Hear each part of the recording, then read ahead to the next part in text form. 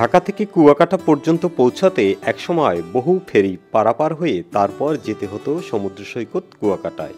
এমনকি বরিশাল থেকে পটুয়াখালী যেতেও কয়েকটি ফেরি পার হতে হতো। আর ঢাকা কুয়াকাটা পর্যন্ত এই ফেরির বিলুপ্ত হয়ে যায় পদ্মা সেতু উদ্বোধনের মধ্য দিয়ে। পদ্মা সেতু উদ্বোধনের পরেও সর্বশেষ যে ফেরিটি ছিল সেটি ছিল লেবুখালীর পায়রা সেতু, যা পটুয়াখালী এবং বরিশালের সংযোগ স্থাপন করেছিল। আর এই পায়রা সেতু উদ্বোধনের পর আর কোনো ফেরি নেই ঢাকা থেকে কুয়াকাটা পর্যন্ত যেতে।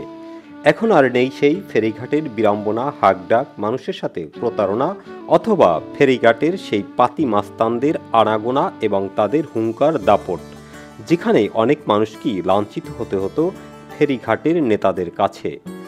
সময়ের বিবর্তনে, উন্নয়নের ধারাবাহিকতায় ফেরি এখন শুধুই স্মৃতি। আর এই ফেরিঘাট নিয়ে মানুষের রয়েছে নানা রকমের স্মৃতি বিজড়িত অনেক কিছু। কারণ ফেরিঘাটে আসলেই এক কাপ চা, অথবা ফেরির জন্য অপেক্ষা, অথবা প্রথম ফেরি মিস করে দ্বিতীয় ফেরির জন্য অপেক্ষা, এ ছিল এক রোমাঞ্চকর বিরক্ত। সময় চলে যায়, সভ্যতার পরিবর্তন হয়ে যায়, রয়ে যায় তার ইতিহাস। হয়তো আগামী প্রজন্ম জানবেই না যে ফেরি কিভাবে চলাচল করত। ফেরি থাকবে জাদুঘরে। এস এম পলাশ, বাকেরগঞ্জ।